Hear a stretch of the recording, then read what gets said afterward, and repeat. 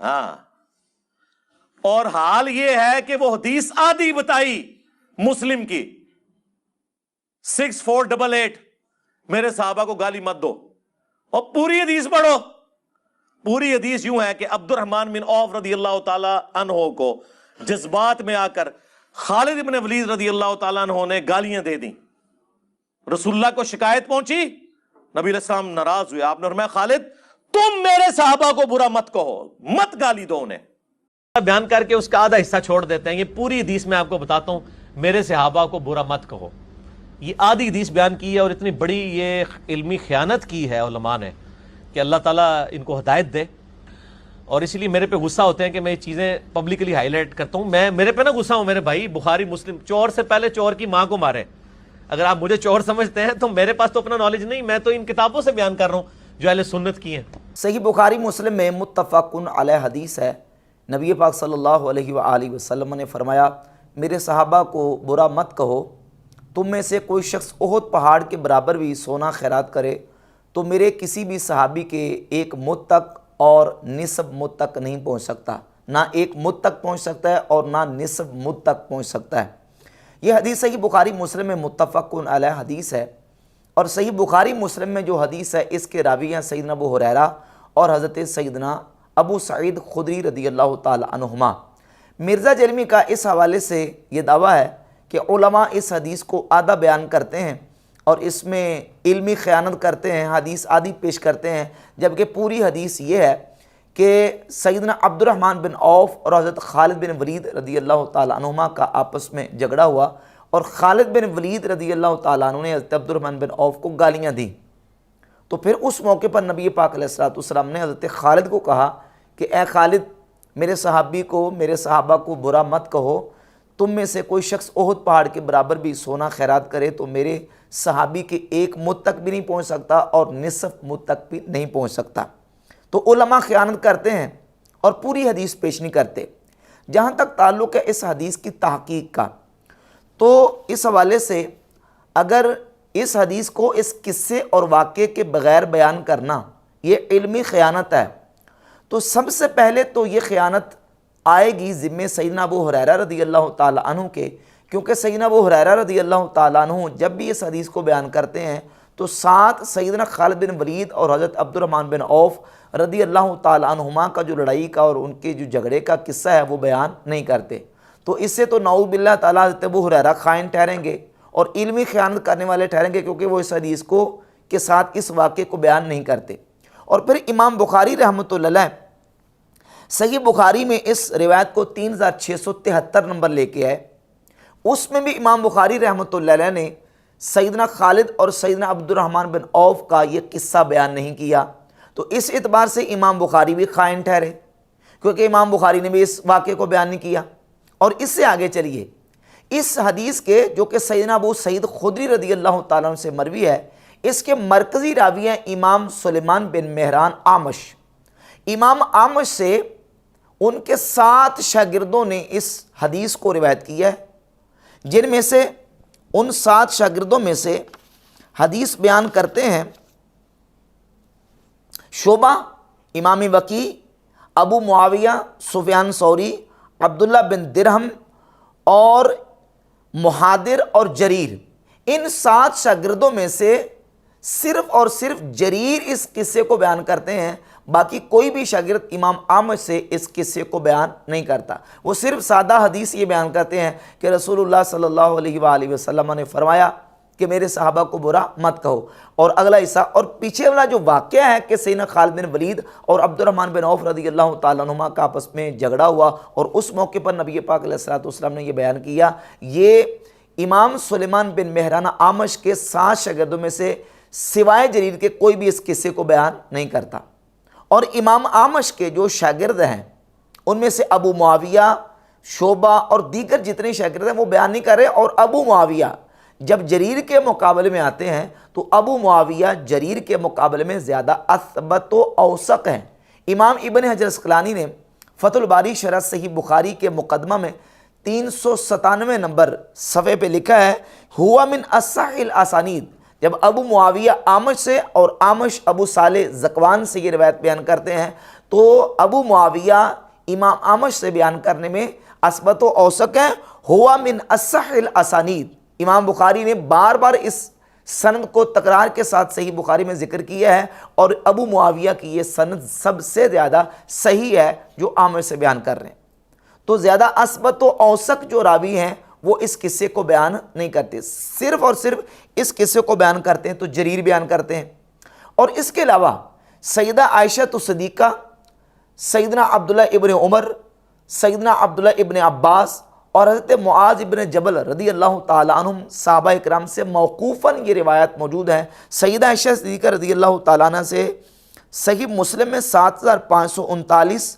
سیدنا عبداللہ ابن عباس سے فضائل الصحابہ امام احمد بن حنبل کی کتاب اس میں روایت نمبر 18، اور المعجم الکبیر للطبرانی میں 12160 نمبر، اور عبداللہ ابن عمر رضی اللہ تعالی عنہما سے ابن ماجہ میں 162 اور فضائل الصحابہ میں 20 نمبر روایت ہے۔ ان صحابہ سے یہ حدیث موقوفاً مروی ہے کہ نبی کریم علیہ السلام کے صحابہ اکرام کو برا نہ کہو۔ صحابہ تو وہ ہیں جن کے بارے میں اللہ رب العزت نے استغفار کرنے کا حکم دیا ہے، تم صحابہ اکرام کو برا مت کہو۔ تو صحابہ سے موقوفاً بھی یہ حدیث موجود ہے، اور رسول اللہ صلی اللہ علیہ وآلہ وسلم سے مرفوعاً یہ حدیث جہاں کتب حدیث میں موجود ہے، سیدنا ابو ہریرہ بیان کرتے ہیں اور سیدنا ابو سعید خدری رضی اللہ تعالیٰ عنہ بیان کرتے ہیں، صحیح بخاری مسلم کی حد تک جہاں تک روایت کا تعلق ہے۔ اور اس کے علاوہ امام ابو داؤد لے کے آئے 4658 نمبر، وہ بھی اس قصے کے بغیر لے کے آئے، تو امام ابو داؤد بھی خائن۔ امام ترمذی لے کے آئے 3861، انہوں نے بھی قصے کے بغیر بیان کیا، تو نعوذ باللہ امام ترمذی بھی خائن۔ ابن ماجہ 161 نمبر لے کے آئے، اور امام ابن ماجہ نے بھی سنن میں اس کو ذکر کر کے قصہ بیان نہیں کیا۔ تو امام ترمذی، امام ابو داؤد، امام نسائی، امام بخاری، حتیٰ کہ سیدنا ابو ہریرہ رضی اللہ تعالیٰ عنہ جو اس قصے کو بیان نہیں کرتے، نعوذ باللہ یہ سارے خائن ہیں، سب نے علم خیانت کی ہے۔ یہ ایک ٹیکنیکل پوائنٹ ہے اور ایک علمی حدیث کے اعتبار سے بات ہے کہ محدثین نے کس روایت کو ترجیح دی ہے۔ امام بخاری 3673 نمبر حدیث لے کے ہے، اس میں قصے کا ذکر تک نہیں کیا،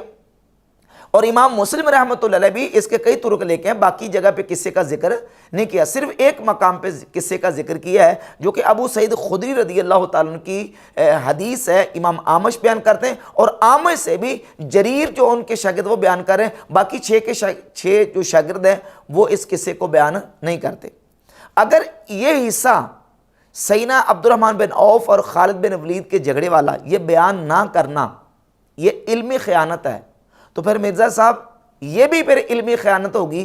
کہ سیدنا خالد بن ولید اور عبد الرحمن بن عوف کے اس قصے میں ایک حصہ تم نے بھی چھوڑا ہے، وہ حصہ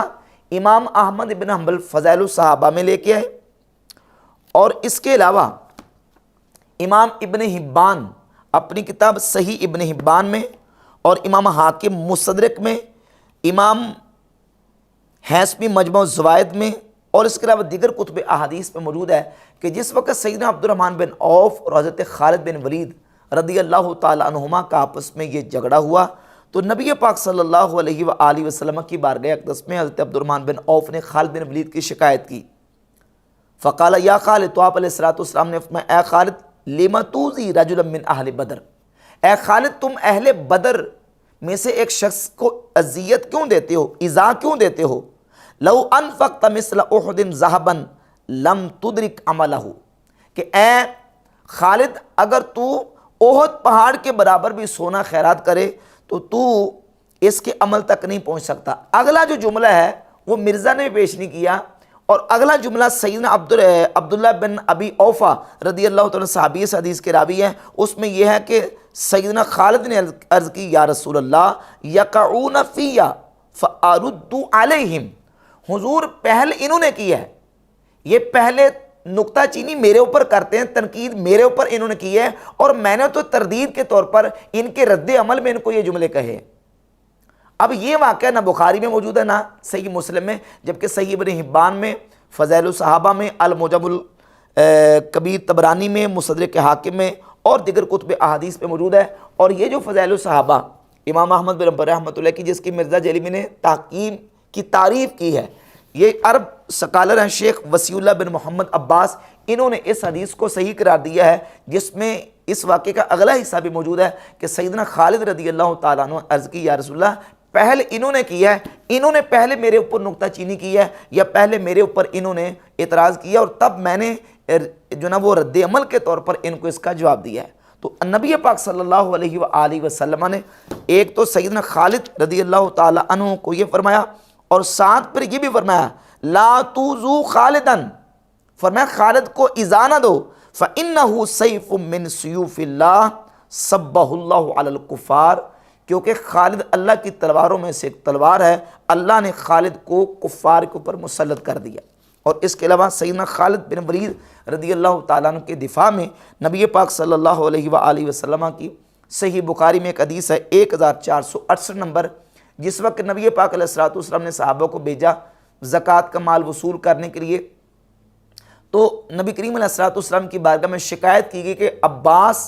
اور ابن جمیل اور حضرت خالد بن ولید رضی اللہ تعالیٰ عنہم اجمعین یہ زکوٰۃ کا مال جمع نہیں کروا رہے. تو نبی پاک علیہ الصلوۃ والسلام نے اس موقع پر فرمایا کہ تم خالد پر ظلم نہ کرو, خالد تو وہ ہے کہ جس کی زرہ انہوں نے اپنی زرہ کو اللہ رب العزت کی راہ کے لیے وقف کر دیا ہے. تو صحیح بخاری میں نبی پاک علیہ الصلوۃ والسلام نے صحابہ کو اس موقع پر جو نا تادیباً ارشاد فرمایا کہ تم خالد پر ظلم نہ کرو. بعض موقعوں پر نبی پاک صلی اللہ تعالیٰ علیہ وآلہ وسلم نے بعض صحابہ اکرام رضی اللہ تعالیٰ عنہم کے لیے اسپیشلی طور پہ صحابی کا یا صحابی کا لفظ استعمال کیا ہے ان دوسرے صحابہ کے مقابلے میں جن کو ان صحابہ کی طرح صحبت دائمہ اور ملازمت خاصہ حاصل نہیں تھی. مثلا صحیح بخاری میں 3671 نمبر حدیث ہے, نبی پاک صلی اللہ علیہ وآلہ وسلم کے دو جلیل القدر صحابہ جن کی صحابیت پر اہل سنت و جماعت متفق ہیں, سیدنا ابوبکر صدیق اور حضرت سیدنا عمر فاروق رضی اللہ تعالیٰ عنہ, دونوں کا آپس میں اختلاف ہو گیا اور کسی مسئلے پر ان دونوں کا نزاع ہو گیا, اور اس پر پھر ابوبکر صدیق رضی اللہ تعالیٰ عنہ نے حضرت عمر رضی اللہ تعالیٰ عنہ سے معذرت بھی کر لی کہ زیادتی میری طرف سے ہے اور میں آپ سے معذرت خواہ ہوں, اور حضرت عمر نے ان کی معذرت کو قبول نہیں کیا اور اپنے گھر چلے گئے, اور ابوبکر صدیق رضی اللہ تعالیٰ عنہ نبی پاک علیہ الصلوۃ والسلام کی بارگاہ اقدس میں حاضر ہو گئے. جب حضرت عمر گھر میں گئے, دل میں پھر دوبارہ یہ احساس پیدا ہوا تو واپس حضرت ابوبکر صدیق رضی اللہ تعالیٰ عنہ سے ملنے کے لیے ان کے گھر آئے, تو معلوم ہوا کہ وہ تو نبی کریم علیہ الصلوۃ والسلام کی بارگاہ اقدس میں جا چکے ہیں. تو حضرت عمر بھی سرکار دو عالم صلی اللہ علیہ وسلم کی بارگاہ اقدس میں گئے, جبکہ ان کے جانے سے پہلے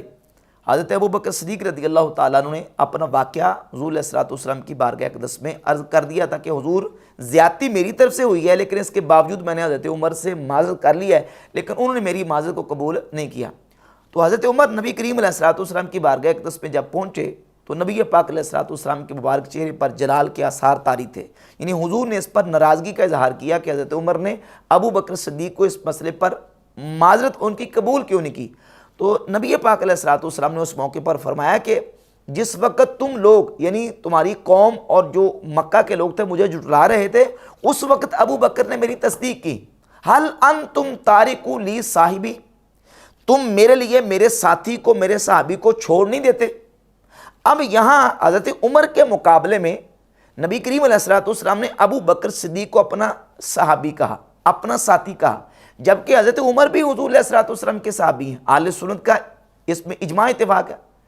اس سے حضرت عمر کی صحابیت سے انکار ثابت نہیں ہوتا, لیکن نبی کریم علیہ الصلوۃ والسلام نے ابو بکر صدیق کی وہ صحبت دائمہ اور ملازمت خاصہ کی بنیاد پر ان کے لیے صحابی کا لفظ استعمال کیا, صاحبی کہا کہ تم میرے ساتھی کو میرے صحابی کو میرے صاحب کو میرے لیے چھوڑ نہیں دیتے. تو اب دیکھیں کہ حضرت عمر کے مقابلے میں ابو بکر صدیق رضی اللہ تعالیٰ عنہ کو نبی پاک علیہ الصلوۃ والسلام نے صحابی کہا, لیکن حضرت عمر بھی صحابی ہیں. اس کے علاوہ نبی کریم علیہ الصلوۃ والسلام نے حضرت ابو ہریرہ رضی اللہ تعالیٰ عنہ کو بھی اپنا صحابی کہا, جبکہ حضرت ابو ہریرہ رضی اللہ تعالیٰ عنہ کی صحبت کو اگر دیکھا جائے تو حضرت ابو بکر عمر کے مقابلے میں ان کی صحبت قلیل ہے, ان کی صحبت کثیر ہے. لیکن صحیح مسلم میں 584 نمبر حدیث ہے کہ آپ علیہ الصلوۃ والسلام نے حضرت ابو ہریرہ سے فرمایا انتم اصحابی, تم میرے صحابہ ہو, تم میرے صحابی ہو. حضور علیہ الصلوۃ والسلام نے حضرت ابو ہریرہ کو صحابی کہا.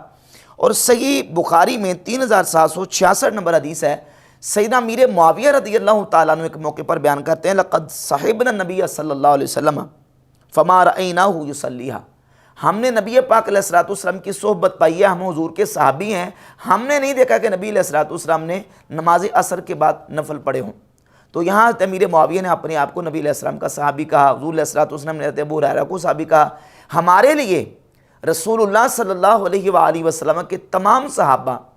وہ قابل تعظیم ہیں، قابل احترام ہیں، اور وہ جو حضور علیہ السلام کا فرمان ہے کہ میرے صحابہ کو برا نہ کہو،